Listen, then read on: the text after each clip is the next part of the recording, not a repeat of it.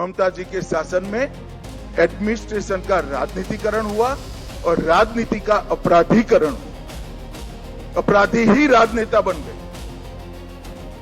तो विकास की कोई गुंजाइश ही नहीं बनी। मैं आज भारतीय जनता पार्टी की ओर से बंगाल की जनता को विश्वास दिलाना चाहता हूं, भाजपा के शासन में न एडमिनिस्ट्रेशन का राजनीतिकरण होगा, न राजनीति का अपराधीकरण होगा।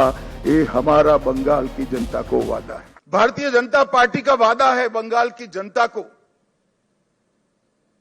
कि न केवल बंगाल, पूरे देश भर से हम एक एक घुसपैठियों को चुन चुन कर निकालेंगे और देश को घुसपैठिया मुक्त करेंगे। और मैं आज इस मंच से कहना चाहता हूं, जो लोग कहते हैं ये ध्रुवीकरण का मुद्दा है, ध्रुवीकरण का मुद्दा नहीं है ना जी, ये देश की सुरक्षा का मुद्दा है। आपका देखने का चश्मा पीला है, इसलिए आपको सब कुछ पीला दिखता है। ये देश की सुरक्षा का मुद्दा है।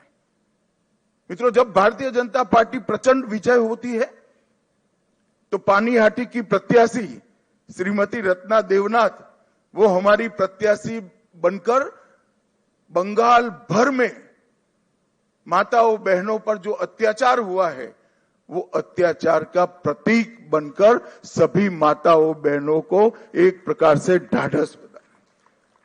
हिगलगंज की प्रत्याशी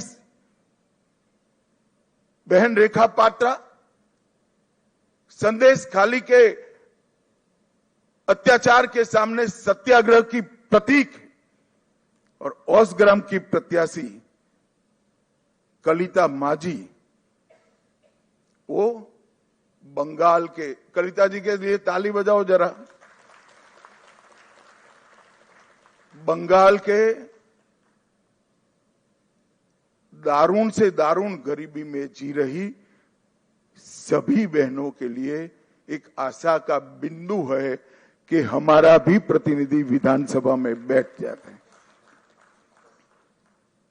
बंकिम बाबू के परिवार से भी बहन सुमित्रा चट्टोपाध्याय जी भी आज हमारे साथ जुड़ी हैं। और मित्रों, सबसे बड़ा बात यह है, सुमित्रा चट्टोपाध्याय जी खड़े हैं यहां पर, सबसे बड़ा बात यह है कि वंदे मातरम जो सांस्कृतिक राष्ट्रवाद की बंकिम बाबू ने की हुई उद्घोषणा थी, इसके 150वें साल में ही हमें ईश्वर ने बंकिम बाबू की भूमि पर सरकार बनाने का मौका दिया है। ये बहुत बड़ी बात है मित्रों, और ये शांतिपूर्ण चुनाव आने वाले दिनों में बंगाल के लिए शुभांकर साबित होने वाला है। मैं आज इस मंच से सभी दलों को भी अपील करना चाहता हूं, आइए हम सब साथ में मिले। लोकतंत्र ये मत की अभिव्यक्ति का उत्सव है, इसमें हिंसा कहां से हो सकती है? देश के सभी राज्यों में हिंसा समाप्त हो चुकी है, और भारतीय जनता पार्टी की विशेष जिम्मेदारी है, साथ में सभी दलों का सहयोग भी चाहिए कि ये सरकार बनने के बाद किसी भी चुनाव में घपलेबाजी और हिंसा का समाचार देश भर में पहुंचे नहीं। ये हमारी जिम्मेदारी है। और इसी के लिए हमें मैंडेट मिला है। हमें इसके लिए दृढ़ संकल्पित होना पड़ेगा। भारतीय जनता पार्टी के कार्यकर्ताओं की एक धैर्यपूर्ण साधना के कारण ही आज ये सिद्धि भारतीय जनता पार्टी को प्राप्त हुई है। हम जहां जहां शासन में आए, वहां चुनावों में पारदर्शिता लाए हैं। जहां जहां हम शासन में आए, वहां पर हिंसा मुक्त चुनाव हमने कर दिखाए हैं। और ये हम सबकी जिम्मेदारी है कि आने वाले समय में जनता का मत भय के बगैर अभिव्यक्त हो पाए, ऐसा वातावरण हमें बनाना चाहिए। और मैं आज इसमें सभी दलों का सहयोग भी मानना चाहता हूं। मित्रों, आज मैं कांग्रेस पार्टी की भी बात करना चाहता हूं। कई साल से कांग्रेस पार्टी चुनाव नहीं जीतती है कई जगह पे, और अभी अभी उनको मालूम पड़ गया है कि चुनाव जीतना तो अब असंभव है, तो चुनाव की प्रक्रिया को ही कलुषित कर दो, बदनाम कर दो। इसलिए कांग्रेस के प्रमुख नेता, विपक्ष के नेता राहुल गांधी जी ने अपनी हार को छिपाने के लिए कभी ईवीएम, कभी वोट चोरी, कभी मतदाता सूची, कभी एसआईआर, ये सब कीचड़ उछाड़ने का प्रयास कर रहा है। मगर मैं आज कांग्रेस पार्टी को कहने आया हूं कि हम तो 14 से आए हैं, हम तो 2014 से शासन में आए हैं। तमिलनाडु में 1967 से आपका कोई सीएम नहीं बन पाया, ये सभी वोट चोरी थी क्या? पश्चिम बंगाल में 49 साल से आपका सीएम नहीं बना है, वो सभी वोट चोरी थी क्या?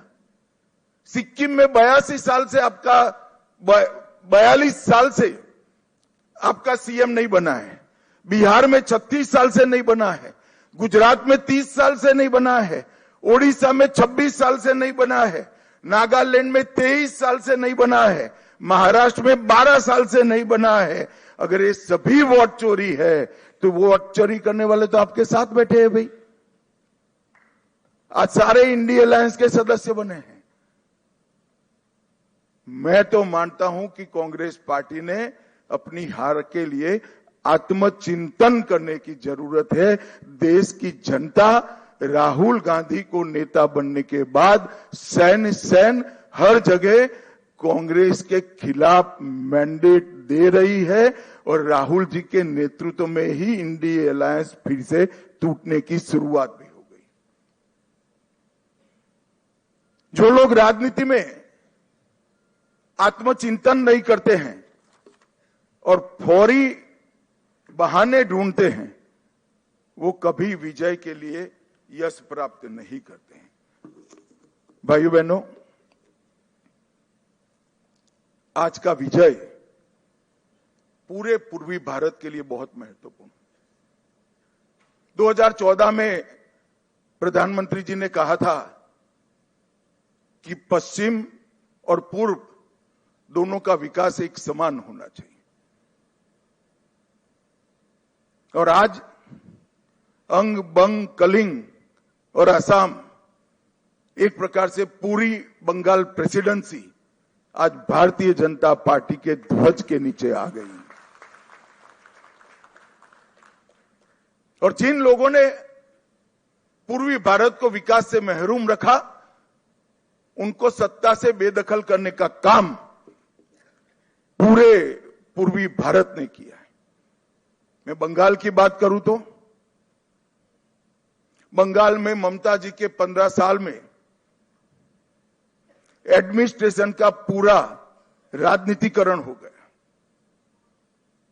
सारे एडमिनिस्ट्रेशन के प्रमुख अंग उपांग राजनीतिकरण हो गया उनका, और राजनीति का अपराधीकरण कर दिया। तो एक प्रकार से पूरे बंगाल में सुशासन आए ऐसी व्यवस्था ही नहीं।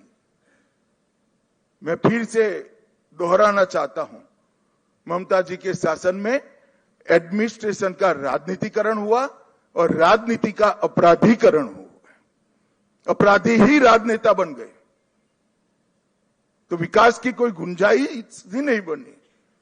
मैं आज भारतीय जनता पार्टी की ओर से बंगाल की जनता को विश्वास दिलाना चाहता हूं, भाजपा के शासन में न एडमिनिस्ट्रेशन का राजनीतिकरण होगा, न राजनीति का अपराधीकरण होगा। ये हमारा बंगाल की जनता को वादा है। गुंडागर्दी, हिंसा, सिंडिकेट, भ्रष्टाचार, कट मनी, ये जो त्रास था बंगाल की जनता पर, हमारे नए मुख्यमंत्री के चार्ज लेते ही कुछ ही महीनों में ये सारा समाप्त हो जाएगा और बंगाल के किलोमीटरों दूर, सैकड़ों किलोमीटर दूर तक होगा। आधुनिक खेती बंगाल तक पहुंची ही नहीं है। इंडस्ट्रीज बंगाल से भाग गई है। इंफ्रास्ट्रक्चर डेवलप करने का विजन ही नहीं है और महिला सुरक्षा और नागरिक सुरक्षा पाताल तक नीचे पहुंच गई है। ये सारे मुद्दे भारतीय जनता पार्टी ने अपने संकल्प पत्र के अंदर लिए हैं और मुझे विश्वास है कि भाजपा सरकार मोदी जी के नेतृत्व में ये डबल इंजन की सरकार बनकर दिन दूनी रात चौगुनी बंगाल को प्रगति की दिशा में ले जाएगी। घुसपैठिया मुक्त बंगाल, सुरक्षित महिला और सुरक्षित जनता, ये हमारा वादा है।